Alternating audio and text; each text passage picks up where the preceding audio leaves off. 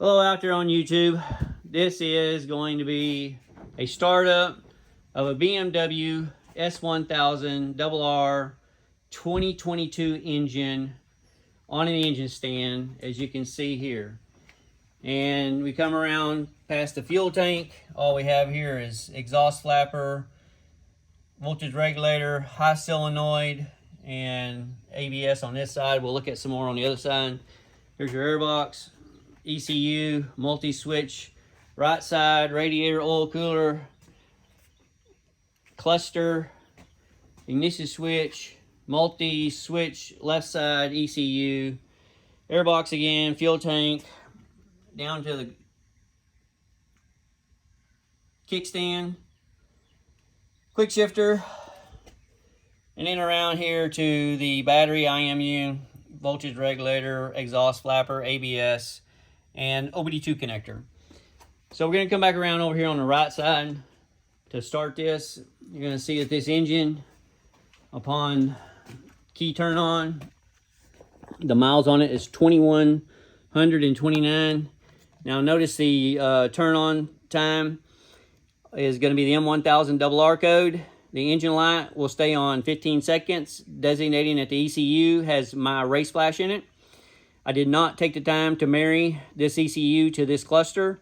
So the cluster is going to have 2,129 miles. They're going to be white briefly.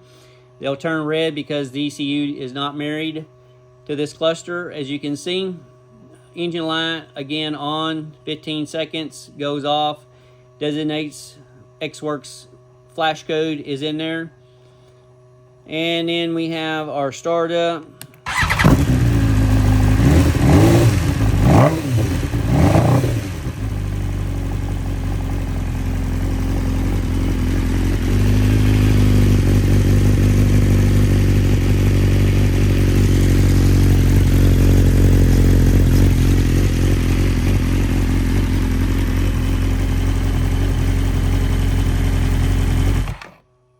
That's about as brief as we can run it right now. Radiator doesn't have a lot of water in it. Muffler's up against the door in order to keep all the sunshine out of here, so this video comes out reasonably on video quality.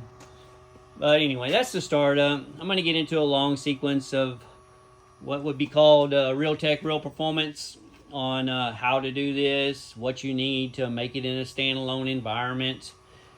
And then, as well as the functions of these items. And the functions are really important because of the ECU code in OEM environment. There's just things you cannot delete, such as the CVAP solenoid.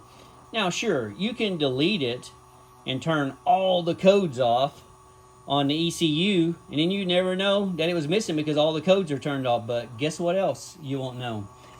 That shift cam solenoid right there, that goes out. You'll never know it because the codes would all be turned off.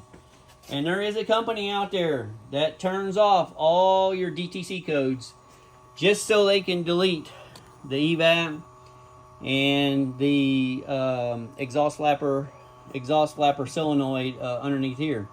Which there's another way to do that because mine is deleted right now. But I'm not going to go through how that's done right this minute.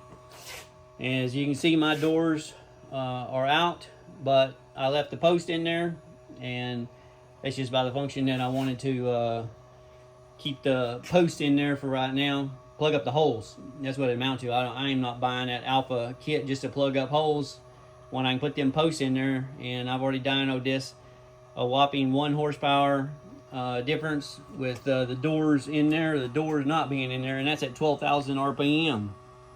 So anyhow, that's the basis of being here at this sequence of this video. We'll go through here. It's 103 out here right now. It's about right in Texas. You see here, this has the M1000 depletion, and then I think I already set the air pressures in here for my riding. Yep, 27.2. Something else that I can change that for people, and you can run that tire warning deal whenever you do this, but I just leave the tire warning completely off and rely on the pressures coming up on the display. So anyhow, that's just a overview of this, and we'll give it up one more crank.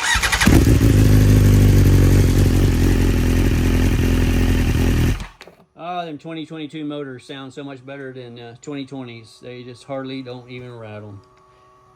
Anyway, that's the end of that. Thank you.